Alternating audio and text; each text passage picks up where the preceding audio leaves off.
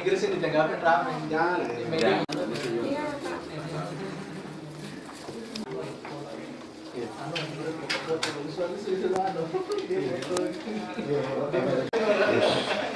Aprio. Aprio Pak. Pak. Ya, enggak. Ya, foto dulu.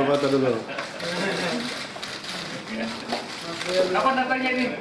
Sambil bincang-bincang ya, Pak? 29 lah. 29. Bersama-sama dengan dengan ini semua. Wah, ini saya senang. Iya. Senang sekali nih Pak Anu. Ya. Oh, foto dari mana? Majelis Rakyat Papua. Republik, Mas. Oh, begitu. Ya. Iya. Sidang paripurna di tengah stadion. Oh, begitu ya. Baru pertama. Lihat. Sama Pak Bagus. Ada tiga agenda yang Itu ada beberapa tokoh kepala suku di sini ada sekitar 12 orang. Ya. Topi yang ada itu. Berapa sih? Saya masih simpan itu topinya itu. Dari Banggai putra asli Papua yang sudah di istana ini. Dan Pak Gubernur ini kebetulan kami reses, jadi teman-teman semua reses, termasuk kebetulan saya sekarang sebagai ketua untuk tim pemantau DPR RI untuk Papua, demikian pula untuk Aceh, sebuah provinsi yang di mata NKRI kita begitu istimewanya oleh karenanya perlu undang-undang khusus yang provinsi lain tidak boleh iri dan cemburu, khusus untuk Papua dan Aceh. Tapi memang ada perbedaan. Kalau di Aceh itu, kalau di Papua otsusnya adalah untuk posisi sentrum sebagai gubernur harus disyaratkan adalah penduduk atau warga asli Papua. Tapi kalau Aceh tidak kami izinkan gitu, Pak. Jadi sana untuk jadi gubernur tidak harus ada persyaratan dia adalah penduduk asli Papua. Ini memang kado istimewa yang kita berikan pada otsus dulu yang kebetulan saya ikut terlibat dulu untuk mendesain undang-undang otsus Papua dan itu. Kalau hitung-hitungan yang lain antara sisi titik tertentu Aceh kelebihan di sisi ini, tapi titik lain otsus Papua ada kelebihan di sisi ini. Misalnya tentang pembagian kewenangan dan seterusnya kira-kira kurang lebih imbang setelah ini. Dan lagi-lagi ini dalam kunjungan kita ke berbagai provinsi di tanah air, apa keistimewaan atau otsus atau hal yang sangat istimewa kita berikan ke dua provinsi ini kan memang masalah kesejarahan, masalah hal-hal yang memang kemudian publik yang kita cinta itu memposisikan seperti itu, Pak. Yang kedua sudah tentu sebagai pimpinan DPR saya ucapkan terima kasih dan selamat atas terpilihnya Pak Lukas sebagai gubernur baru dengan cara yang spektakuler.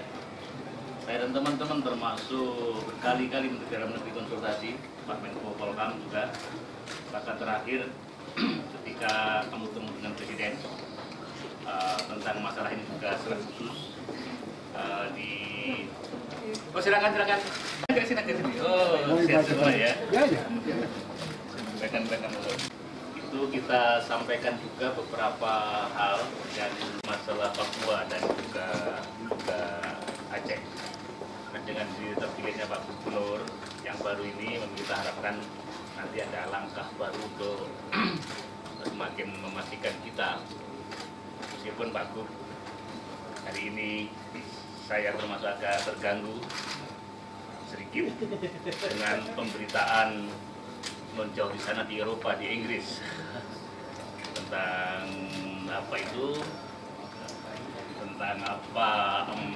di sebuah sudut yang bernama di Dewan Kota Oxford atau nama yang kemudian ini ada kantor perwakilan ini. Dan sebagai pimpinan DPR tentu saya menyampaikan pandangan saya meminta agar pemerintah kita menyampaikan nota protes resmi bersifat official kepada pemerintah Inggris dan kepada Ratu Kerajaan Inggris atas itu semua. Kebetulan sepengetahuan kami di Inggris pun tentang masalah kedaulatan negaranya juga justru masih centang karenang dibanding kita. Ada pemberontakan yang jelas-jelas bersenjata, di kita tidak ada. Di sana yang dimotori oleh tentara IRA dan Irlandia Utara memisahkan diri. Pertanyaannya adalah apakah kemudian rakyat Inggris juga merasa nyaman kalau kami pimpinan DPR akan mengkonsolidasi dalam pertemuan parlemen sedunia yang nanti akan kami mobilisir untuk mendukung, taruhlah misalnya kemudian ada kemerdekaan Irlandia Utara atau apa? Ataukah tenangkah rakyat Inggris kalau kemudian kita prakarsai mungkin di sebuah sudut kota di sini gitu ya, kemudian kita buka kantor perwakilan untuk Irlandia. Sudah tentu kan rakyat Inggris tidak senang gitu. Karena itu saya telah menganjurkan dan mendukung penuh kalau pemerintah kita mengadakan nota protes. Adinda Farid sampaikan pesan langsung kepada Bapak Presiden. Kadangkala ya kita berterima kasih, saya ikut bangga presiden kami, presiden kita semua mendapatkan Grand Cross tertinggi dari sebagai Ksatria Agung dari Kerajaan Inggris, memenggak untuk memprotes nota protes resmi terhadap hal-hal yang kita anggap mereka sudah mencampuri urusan dalam negeri kita. Dan hari ini kita gembira karena kemarin Pak Gubernur secara khusus atas nama pimpinan DPR apresiasi kami kepada Pak Gubernur dan seluruh jajaran termasuk MRP. Ini kemarin telah diselenggarakan sekian tahun 50 tahun integrasi Papua menjadi bagian tak terpisahkan. Siapa tahu nanti pada generasinya Felix ini kita punya presiden dari Papua, saya tidak tahu ya. Amin. Kalau pada zaman Pak Gubernur masih belum. Biar Pak SBY dan biar yang lain-lain dulu itu, siapa tuh nggak tahu itu. Atau Wapres misalnya. Wah indah sekali gabungan misalnya ya antara yang menarik Pak Gubernur. Kita boleh bermimpi menjadi presiden. Kalau saya di Golkar sekarang.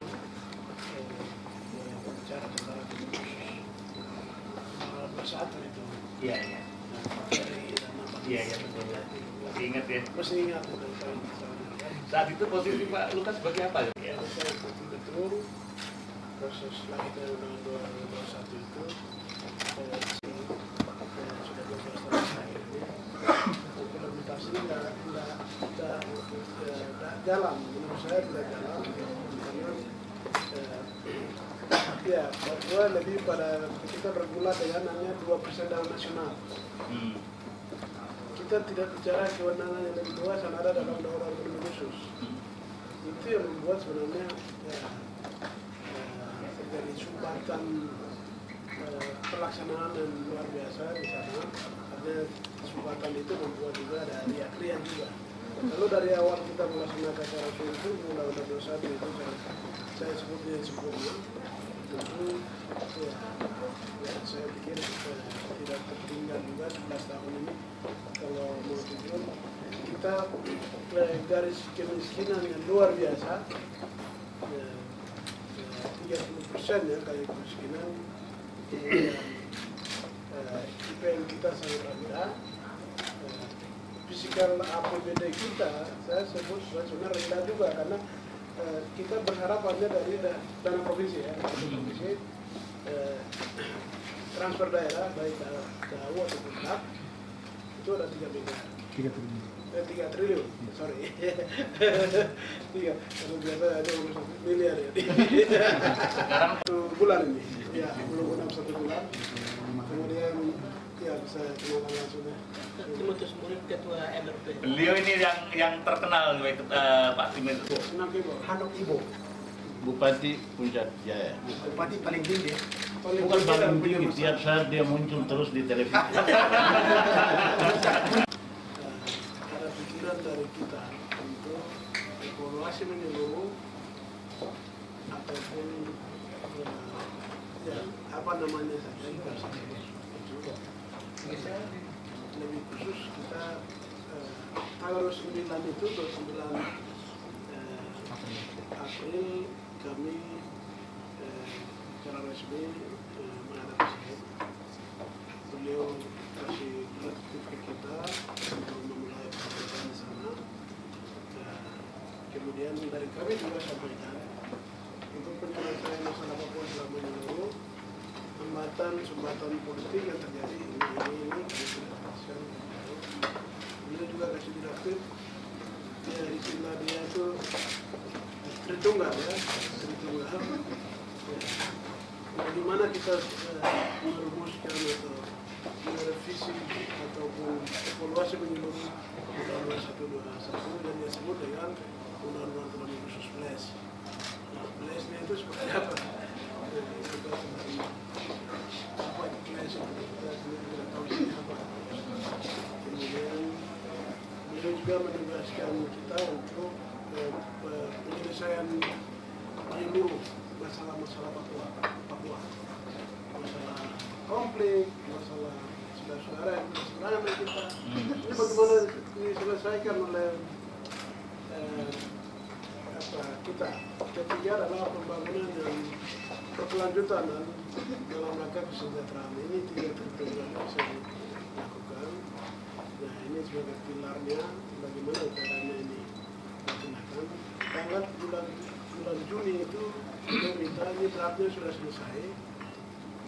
Draftnya. Kemudian konsultasi bulan Juni, kemudian Agustus itu kita bisa selesaikan draftnya. Ini ada beberapa hal yang kita sampaikan kepada Presiden. Mungkin saya di sini pada saya pikir penting untuk saya sampaikan pada Mas Priyo. Papua ini karena latar belakang sejarah ini tidak sejarah sebenarnya. Kita bisa ketemu dengan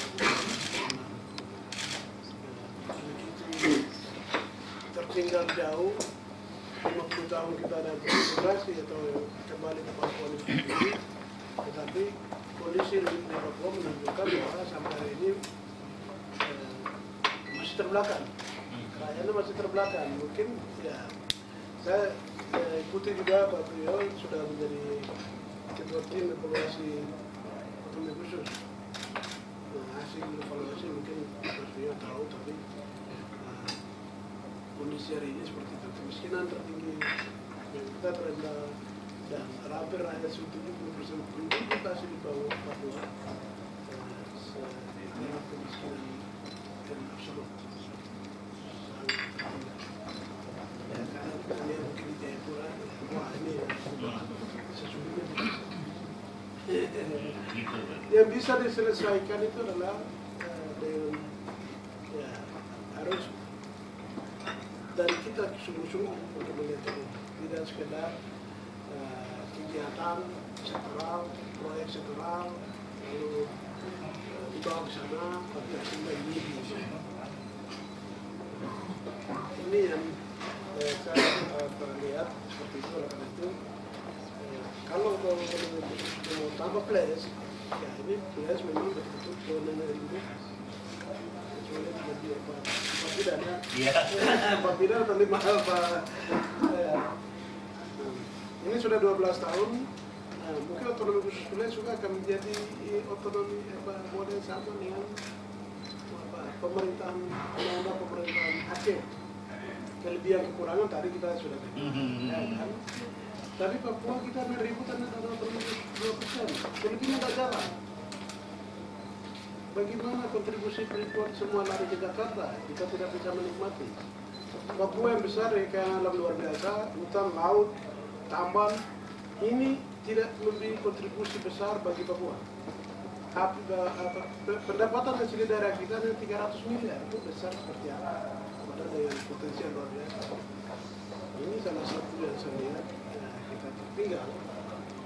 Karena itu saya dan dia berterima kasih karena sebenarnya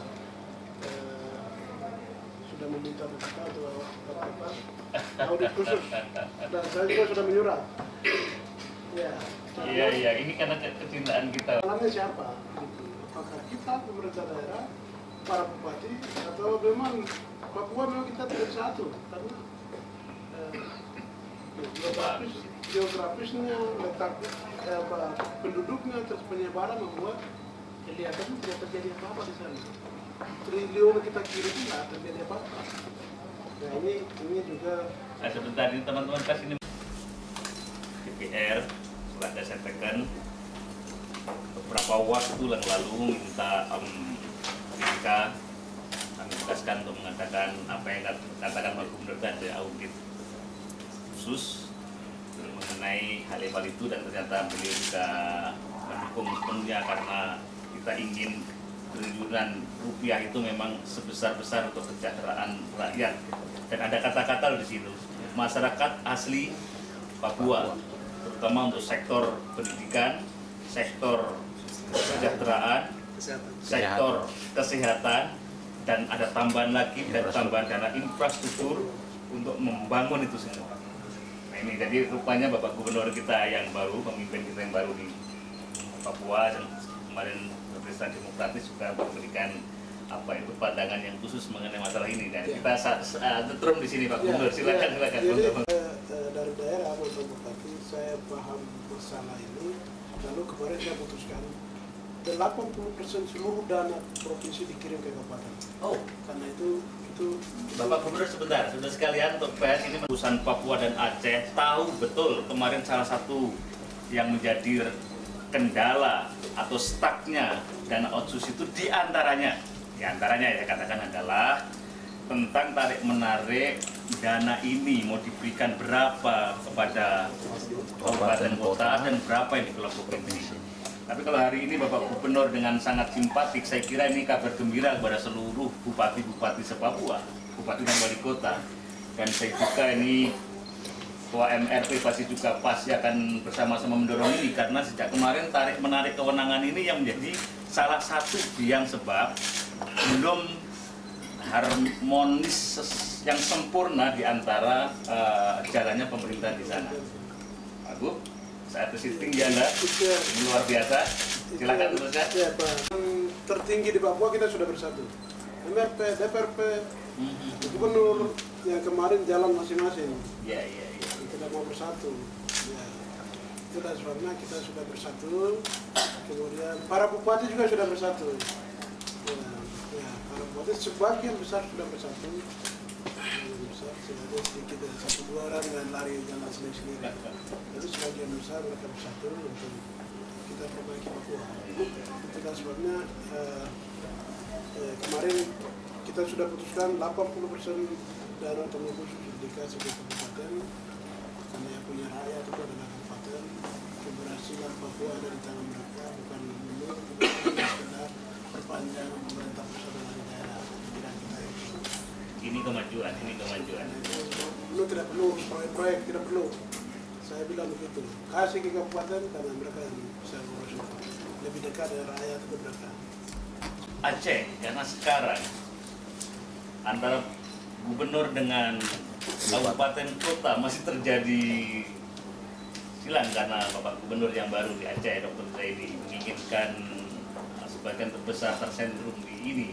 Tapi saya ini dengan sangat simpatik saya harus menyampaikan rasa bangga saya, ternyata belum sebulan Anda di posisi ini sudah memberikan keputusan terobosan yang biasa. Ini kalau boleh catat ini pernyataan saya resmi ya, menyatakan rasa hormat dan kagum saya terhadap Kepala Langkah Gubernur Lukas NMB untuk pembagian ini, dan saya kira ini adalah langkah awal yang baik bagi kepemimpinan sampai 5 tahun yang ke depan. Monggo silakan. Ini hampir dari tanggal 9 kami belum kembali, Pak. Ketemu menteri ini, menteri itu, dan sudah lakukan. Sekarang untuk menyampaikan beberapa hal, tapi karena tentu mendapat dukungan politik. Baik.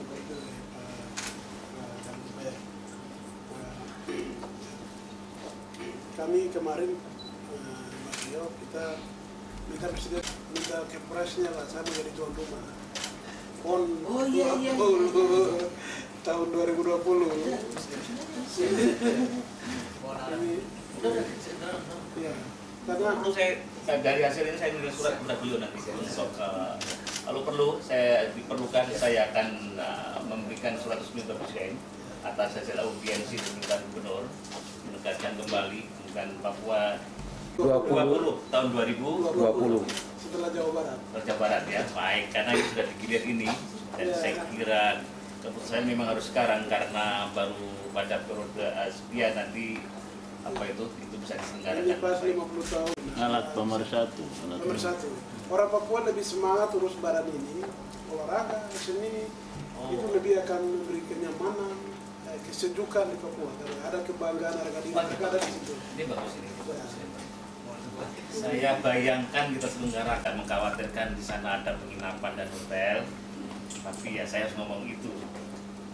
Jadi saya meyakini nanti sudah tentu akan Papua akan disiapkan dengan baik dan kita ingin nanti dari situ nanti seluruh pemberitaan baik nasional maupun regional bahkan internasional kurang tahu telah terjadi ajang pertandingan olahraga dari semua cabang olahraga PON di sana. Saya kira ini ide kedua yang saya harus beri apresiasi dari Pak Gubernur. Kita bicara NKRI harga mati. Berarti tugas saya dan teman-teman semua untuk bagaimana mensejahterakan rakyat. Ini yang Bapak Gubernur, bolehkah saya mendengarkan? mati, maka tugas saya dan teman-teman Papua mensejahterakan rakyat. Amin. Boleh saya salaman sekali lagi?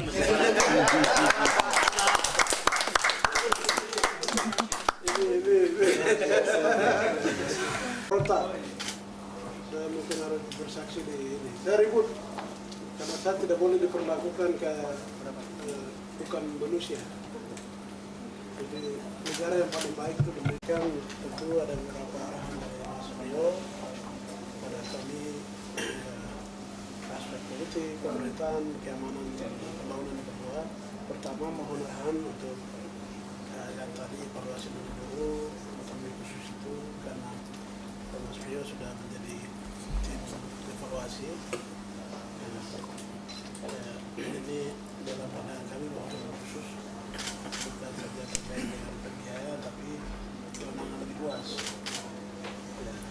Dan di Papua itu ada bicara 2% daun nasional. Selebihnya semua tidak jalan. Kita harus jujur kita akui. Selebihnya semua tidak jalan. Kita akui. Kemudian ya kami memandang pentingnya pemberian ya selain kewenangan luas, kemudian skema keuangan bersifat khusus. Skemanya lebih khusus lagi karena ya proporsional dan adil. Kenapa saya katakan begitu? Hari ini di Puncak Jaya ini 100.000 1 liter bensin. Oh, per liter 100.000. Kita di sini mau kasih naik 6.000 sudah ribut ribu. Iya. Karena 100.000 ya. Saya bilang ini pelanggaran HAM juga. Semen satu sak itu 2 juta. Hampir seluruh pegunungan seperti itu. Iya. Hanya di Wamena yang sedikit ya, ada 300-400. Oh, kalau di Wamena itu ya. Tahu juga dikirim sama dengan perhitungan di Jawa. Sama juga harus dihitung kekhususan tiga kemahalan. Harus ada kekhususan skemanya. Ini satu hal yang bisa mengangkat di Papua semua bisa sejahtera. Itu salah satu. Kemudian kami juga mau desain pembangunan nasional sejahtera yang harus sesuai dengan konteks Papua dan kekhasan Papua. Ini kan dana sekolah mahasiswa ini kan sebenarnya bukan mensejahterakan. Saya sebut boleh katakan mensejahterakan diri saja. Bukan mensejahterakan Papua, tidak jelas kemana arahnya. Dan sekolah banyak masuk ke sana. Dia tangani kan itu yang saya lihat. Skema juga harus diatur dalam evaluasi kita itu. Itu dana masuk tapi tidak terjadi apa-apa. Dan mungkin maksudnya lama-lama di sana bisa kembali. Iya. Lihat aja saya perlu. Jadi justru pilkada, pemilu kada Papua yang banyak jatuh korban. banyak korban. Bukan yang lain-lain. Bukan yang lain-lain. Itu artinya bolehkah saya simpulkan kondisi Papua bukankah semakin kondusif dan baik? Betul Ketua MRP kira-kira? Betul sekali ya. Alhamdulillah, wasyukurillah. Jadi kalau itu soalnya, karena begini Pak Gubernur, saya salah sedikit. Kita lagi berikhtiar pas kemudian kita DPR ketemu dengan Presiden kemarin. Kebetulan secara khusus saya menyampaikan ke beliau, apakah Papua ke depan itu kita desain dengan perkecualian untuk pelaksanaan pemilu kada di Papua. Iya. Beliau saat itu ngangguk-ngangguk bilang gini, betul juga ya Dek, kalau lagi informal. beliau ya. Yang intinya begini, bahwa kita pemilihan langsung ini biasanya untuk seluruh tanah air akan dilangsungkan, tetapi untuk khusus Papua, kalau benar kemudian ini pernyataan pasti benar pernyataan dari beliau bahwa salah satu yang menyebabkan jatuh korban dari semua hal ternyata adalah pemilu kada. Apakah tidak kepikiran kita untuk mengkhususkan Papua untuk pemilihan di tingkat kepemimpinan di tingkat lokal, misalnya taruhlah gubernur maupun bupati, misalnya lewat mekanisme demokratis pemilihan DPRD. Apakah gitu misalnya? Itu yang terbaik. Kita sepakat seperti itu. Malah Bapak Gubernur menyampaikan itu. Iya, itu yang terbaik. Pak Gubernur kalau itu disampaikan, tolong nanti jangan ragu-ragu. Tulis surat pertama kepada Presiden, yang kedua kepada kami. Tujukan kepada saya sebagai ketua tim khusus masalah ini juga. Kebetulan Komisi 2 dan berkaitan dengan ini, siapa tahu nanti akan kita cari jalan keluar. Kalau kita ini ya gini, demokrasi akan kita langsungkan dengan demokratis. Tetapi masalah nyawa, masalah kondisi ketentraman, masalah ini adalah hal akan kita pertahankan.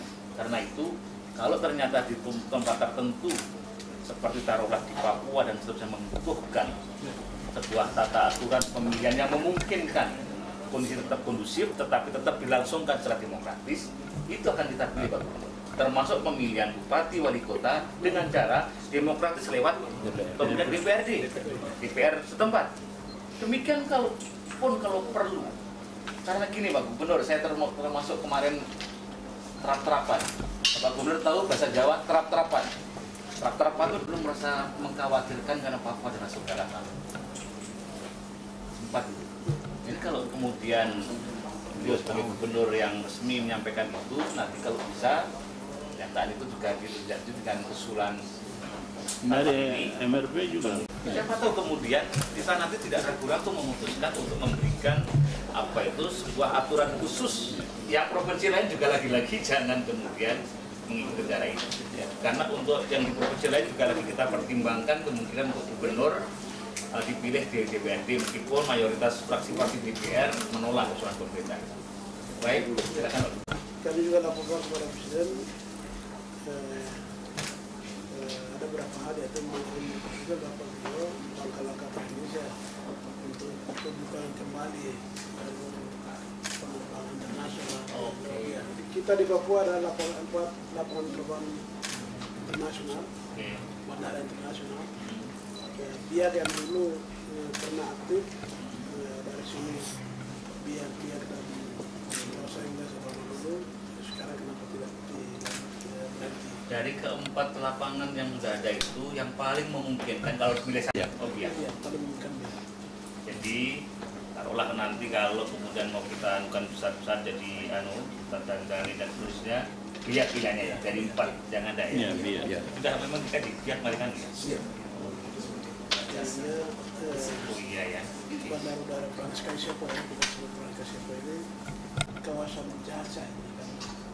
Ya, jasa sebagai simbol distribusi pariwisata, perdagangan dan investasi biak ini. Yang dulu ada namanya Kapet ya. Oh iya. Impresnya ya mati suri ya. Mati suri ya. Suri. Itu tidak kelihatan sekarang. Ini pemerintah, Presiden melakukan dan DPR melakukan negosiasi reform. Oh. negosiasi kontrak karya. Iya. Adil khususnya untuk PT Freeport Indonesia. Ya, seluruh saya pikir ini masalah besar juga dari kita karena sesuai dengan Undang-Undang 21 itu sebenarnya ada pasal yang berbicara tentang perjanjian internasional. Seperti saya baca perjanjian internasional yang dibuat oleh pemerintah dan ini terkait dengan kepentingan Provinsi Papua dilaksanakan setelah mendapat pertimbangan gubernur dan sesuai dengan peraturan perundangan. Saya ingat. Nah ini kita pikir juga ahli ini juga sejalan dengan pasal 3 itu tahun 2012 tentang evaluasi dan penyesuaian kontrak karya. Oh, Nah, perjanjian pengurusan tambang ini juga ini saya salah sedikit juga nih. Kita ada sebuah substansi pasal yang saya masih ingat itu. Ialah perjanjian bla bla dan seterusnya adalah apa itu juga taruhlah mendengarkanlah suara resmi dari daerah. Nah ini kebetulan DPR juga sudah tahu kalau pemerintah sudah bentuk tim mengenai renegosiasi kontrak atau pembicaraan kembali lah namanya. Pemerintah nggak menggunakan istilah negosiasi, saya tidak tahu kenapa begitu. Pokoknya membicarakan masalah itu, saya pesankan juga harus juga mendengarkan aspek dari daerah. Pesan saya yang kedua adalah kebetulan saya juga mengikuti dengan kami di DPR juga mengikuti tentang perkembangan terakhir mengenai kontrak karya termasuk masalah Freeport. Catatan kami Pak Gubernur, memang wajah Freeport tidak seperti zaman bahula, ini sudah banyak kemajuan. Mereka telah menyisihkan keuntungan sekian dananya saya tidak tahu berapa, tapi sudah sekian adalah untuk kesejahteraan masyarakat sekitar dan seterusnya. Tapi Freeport juga harus tetap mendengarkan suara resmi dari Gubernur. Ini yang penting.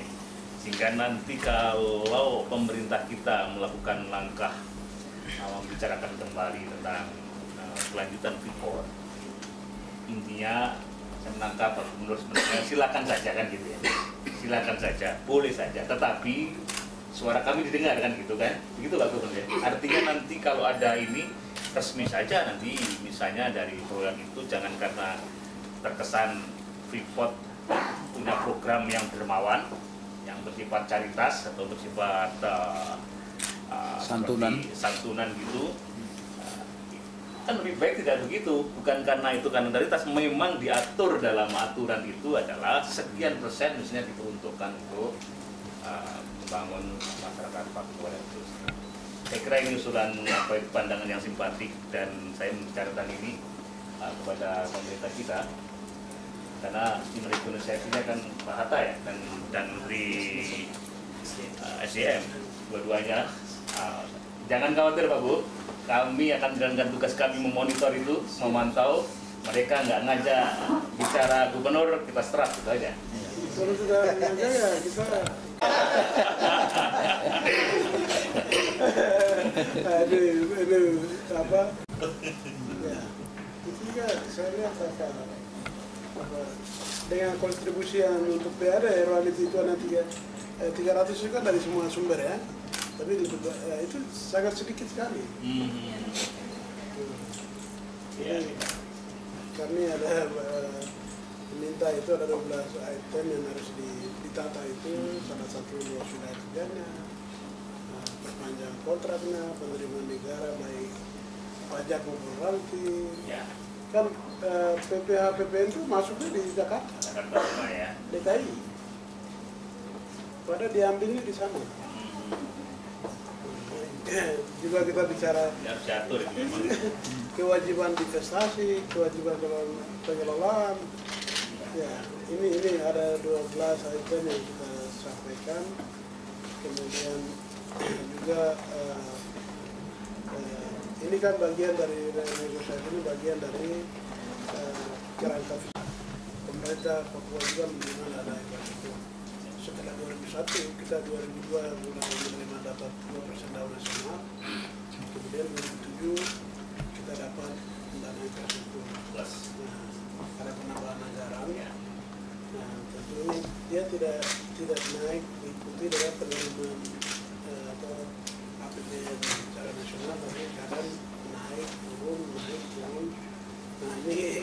kita minta dukungan dari DPR. Ya. Ya, karena itu yang bisa menjawab kita bangun infrastruktur dalam provinsi dan kabupaten. Juga untuk tahun ini kita dapat sekitar 571 miliar dana infrastruktur. Bahkan yang dari balai besar KPU itu dapat 4 triliun. Karena dia itu kerjanya jalan nasional. Oh. Jadi ini juga tidak adil kita lihat. Jadi ya bagaimana saya bisa bagi 571 ini kabupaten 29 kabupaten dengan tingkat kemahalan yang luar biasa. Karena daun nasional kita atau transfer daerah itu rata-rata habis di Belanja pegawai. Belanja pegawai. Berapa persen yang tersedot untuk belanja pegawai?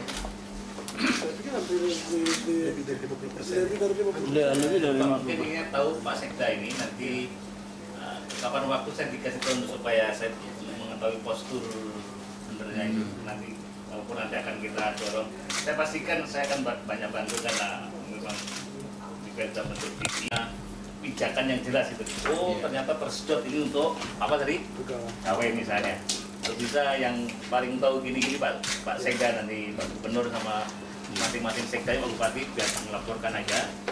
Dan itu biar nanti ketahuan postur mengenai masalah ini. Silakan.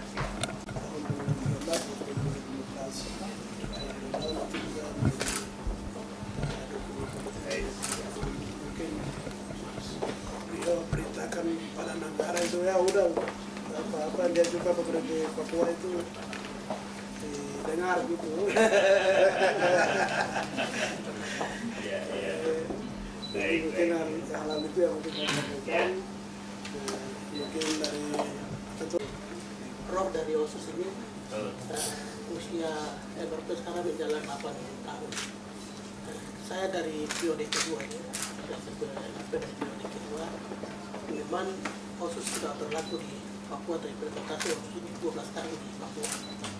Yang kami rasakan sebagai roh ya, merasakan bahwa otonomi sebagaimana diharapkan oleh rakyat supaya kesejahteraan itu bisa capai, tapi sampai hari ini kita sudah ikuti masyarakat Papua selalu menanyakan itu. Ini bagian daripada implementasi yang dilakukan oleh kami pemerintahan, yaitu MRP, DPRP maupun biasa pun di dalam hal ini gubernur. Saya mau jujur katakan bahwa kurang lebih 7 tahun kebelakang ini kami sangat terasa, masyarakat Papua sangat terasa bahwa OSUS itu benar-benar tidak diimplementasikan sesuai dengan harapan.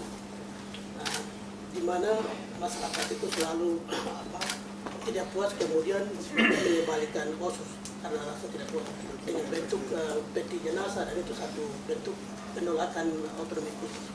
Tapi saya harus jujur bahwa ini ada terkesan 5 tahun yang sudah terkata tadi bahwa MRP, DPRP dan gubernur terkesan jalan masing-masing kemarin. Ini salah satu Kemarin ya. Dan Ya. tadi Pak Gubernur juga telah menyampaikan ke depan Ya. ada sekian perdasi, sekian perdasus, sekian ini, meskipun saya sudah menyampaikan kritikan saya termasuk kepada Bapak Presiden. Saya kali itu mohon beliau, Pak, perintahkan saja itu ada 4 rancangan peraturan pemerintah yang adat itu belum selesai. Tetapi ada perdasi yang juga belum selesai. Ada perdasus yang belum selesai. Jadi Pak Gubernur sama-sama anunya ini, sama-sama perlu dikritik ini, baik dari pemerintah pusat maupun ini. Saya gembira hari ini Ketua MRP kita menyampaikan rupanya sekian tentang kemarin-kemarin memang istilahnya berjalan terkesan sendiri itu ya. Masing-masing. Tapi kemudian sekian MRP. Saya mohon maaf kalau tiba-tiba di sini menjadi berkeras untuk ngeritik pemerintah. Adinda jangan. Gak apa-apa loh ya. Kalau saya Urus Papua itu sangat tengah mati, mungkin repot. Saya menghadiri undangan Komisi 2 baru-baru ini bulan Maret kemarin. Waktu itu masalah pemakaran. Pemakaran ya. Itu Pak Ketua Komisi 2 itu sampai toki meja dengan kasar. Saya pusing mengurus orang Papua. Saya jadi malu, Pak. Pak Sekda masih berjabat. Pak siapa ya? Pak Sekda datang tadi. Iya, artinya begitu. memang implementasi menjadi masalah. Solusi adalah kita harus bersatu di daerah. Ini salah satu kesimpulan bahwa gubernur, DPRP, MRP, 3 lembaga itu harus bersatu. Dan saya mau jujur bahwa hari ini kami semua sudah bersatu, termasuk para bupati, seluruh tokoh-tokoh masyarakat sudah bersatu mendukung kegiatan dari gubernur dan gubernur baru. Oleh karena itu saya hanya meminta kepada Bapak mendukung kami supaya apa yang kami harapkan di Papua bisa berjalan sesuai dengan tujuan kita sama-sama. Itu pertama. Kedua, saya mau ingin sampaikan kepada Bapak juga, kami sudah buat satu pintu, Bapak Ketua. Jadi seluruh aspirasi dari masyarakat yang disampaikan melalui DPRP maupun MRP harus kita sampaikan kepada gubernur. Jadi satu pintu. Jadi gubernur yang harus ke Jakarta untuk menjawab aspirasi itu. Jadi tidak lagi ketua-ketua. Sebentar, apakah ini sudah di Papua maupun Sudah sepakat. Ada ya, kami sudah sepakat. jadi satu pintu kalau ada apa-apa jangan pating ruang kemudian datang ke sini. Jadi mulai hari ini Bapak Ketua, mulai hari ini tidak ada lagi mengaku bilang saya ketua kepala ini, ketua itu, kepala ini sudah stop. Itu yang menyebabkan Papua tidak maju-maju. Sekarang harus satu pintu. Jadi apapun aspirasi yang disampaikan masyarakat melalui MRP, DPRP, kita sebagai gubernur. Supaya gubernur yang mengurus sampai ke Jakarta. Yang tidak perorangan datang mengaku diri di sini, menghadap siapa, ada parametrik. Tidak boleh. Very good. Ya, Saya apresiasi tinggi. Terima kasih atas itu saja.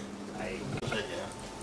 Mengenai evaluasi ini kan Undang-Undang 21 kan kita kecolongan mengenai pemekaran provinsi ini. Dalam perjalanan sudah undang-undang bilang tidak boleh. Ternyata pemerintah pusat membentuk satu provinsi baru toh yang namanya Papua Barat ini. Dalam evaluasi ini juga harus diperhatikan. Harus ada penegasan itu. Karena masalahnya orang Papua sampai hari ini tidak percaya bagian itu juga. Pemerintah pusat tidak konsisten hal itu.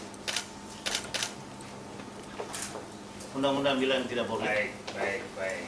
Jadi yang mau dievaluasi ini, Ya. ini karena Bapak juga termasuk penyusun. Jadi begini Pak Bupati, itu memang sudah berlangsung dan disahkan sejak zaman Presiden Megawati Soekarno Putri dengan semua hal yang pelik pada saat itu. Saya memang menyarankan kita lihat ke depan. Ya, ke depan, Raja Dani kalau ada. Karena di sini kami sekarang ini, baik Menteri maupun kantor saya di sini, masih sering menerima delegasi menginginkan pemekaran kabupaten. Nah ini, posisinya begini toh. Nyatanya itu yang orang yang sudah deklarasi. Oh begitu. Gubernur 2 periode berakhir dia sudah deklarasi.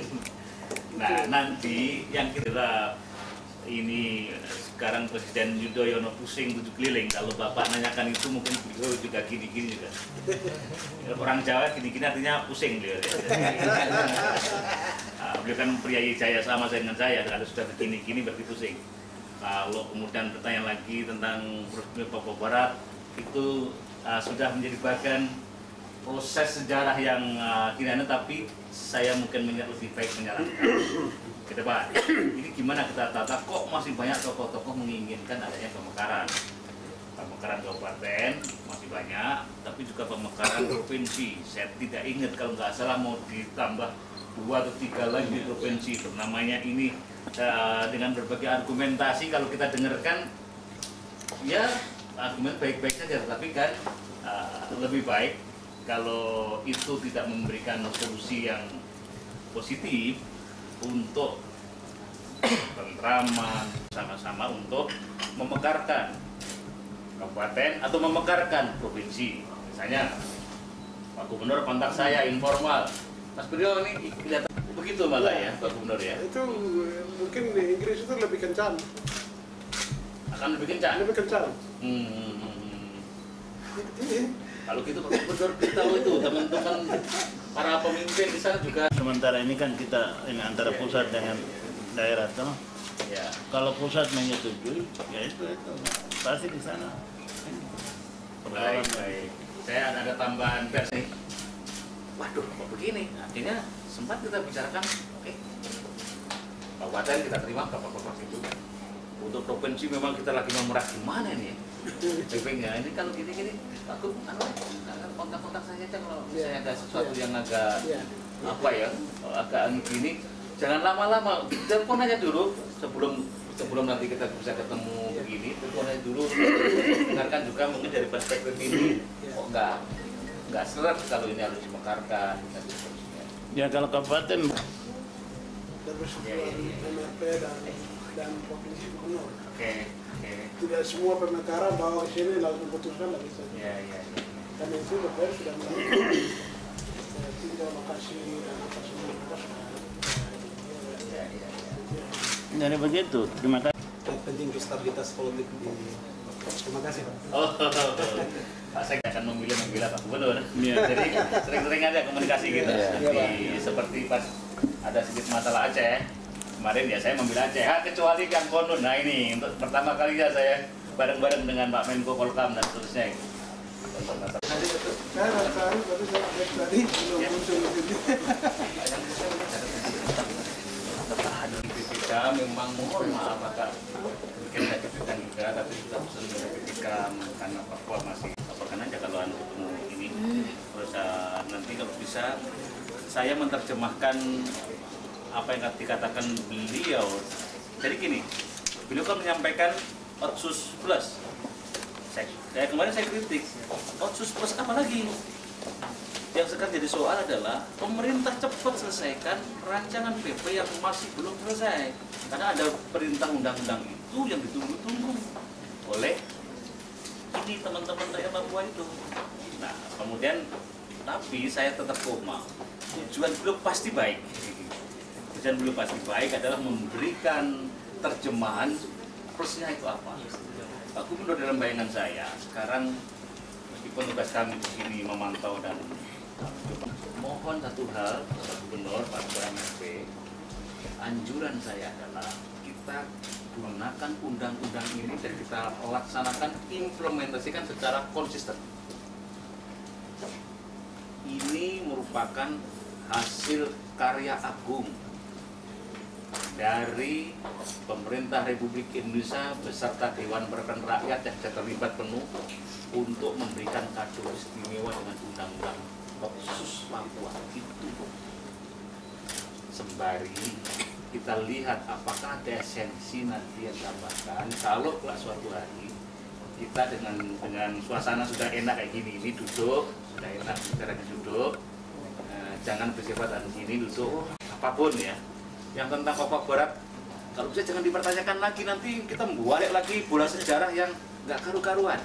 Saya tahu Papua ini dapat Otsus begitu besar, nanti perdebatan nggak selesai, menyulitkan kami semua, menyulitkan bapak-bapak semua. Jadi lebih baik yang tadi dan ini, tapi kalau usulan, oh jangan dimungkinkan provinsi untuk ke depan, Pak. Saya malah lebih bisa menerima perspektif ini, Pak. Jadi jangan menggunakan argumentasi yang betul lah, Pak. Ya mohon Pak Bupati ya, jangan yang itu surat saya, tapi yang lebih kepada perspektif ke depannya harus kita ini. Dan saya meyakini Pak Gubernur bukan dievaluasi, ya. Dievaluasi kan nama formal. Sempurnakan untuk lebih memberikan nilai plus ya, tapi tidak apa-apa. Tapi kalau yang dimaksud Presiden Yudhoyono itu adalah otonomi plus dalam artian keluar dari undang-undang, saya mempertanyakan apa maksud beliau di sini. Oh maksudnya benar, kalau ke depan nggak apa-apa diadu itu, karena saya hanya bacanya di koran dan karena tugas saya di PR saya mengkritik. Kalau Pak Marzuki sebagai Wakil Ketua Komisi Tinggi Demokrat nggak boleh kritik.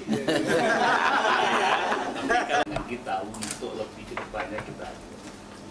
Pak Gubernur, terima kasih. Pak Pio sebenarnya implementasi dan seluruhnya tidak jalan. Banyak nggak jalan ya? Semuanya, hanya 2% daun nasional yang dari infrastruktur itu yang jalan jelas. Seluruhnya tidak jalan. Ada rekonsiliasi di situ, ada apa situ, hubungan bilateral dengan luar negeri, semuanya tidak jalan. Jadi kita memang perlu ada bobot kewenangan harus diberikan oleh pemerintah, kewenangan luas. Itu Bapak bertugas nanti DPR. Berarti esensinya adalah selesaikan rancangan peraturan pemerintah yang masih belum selesai. Karena dari rancangan itu beberapa jawaban tadi terjawab. Tidak mudah saya. Ayo, terima kasih Pak. Tenun ya. Untuk publikasi. Ini kesini jadi teman-teman dari bawah Bondowoso ke sini semua. Tapi saya yakin mungkin selalu begini. Iya. Teman-teman Adon. Sudah ada urusan dengan saya. Sudah ada. Karena ada sumbatan-sumbatan politik, ada sumbatan-sumbatan psikologi, sosiologis, itu yang membuat hampir rakyat Papua tidak bisa mencapai kesejahteraan. Karena kewenangan luas itu kita pakai untuk membangun Papua lebih sejahtera dari harapan-harapan itu. Tidak jalannya implementasi itu bersama pemerintah atau masyarakat Papua ini. Sebenarnya sebagian juga kan masih ditarik di pusat ini. Seperti perizinan, izin perikanan, kelautan, perkebunan juga kan masih pusatan. Banyak hal yang tidak berjalan. Kita hanya bicara baru ada namanya dana pusat masuk dari 2% dana nasional itu diberikan kepada Papua. Nah, kemudian terbentuknya Majelis Raya Papua, tapi MRP juga gini ompon tidak bergerak karena tidak diikuti dengan regulasi lain dan memberikan bobot dia lebih besar. Nah, pengalaman kan sudah jelas kan, sedang undang-undang otonomi khusus lahir, lalu terjadi ada impres tentang Papua Barat. Itu kan kesalahan sejarah juga. Kemudian ada pemisahan Majelis Raya Papua. Dibentuklah Majelis Raya Papua di Papua Barat.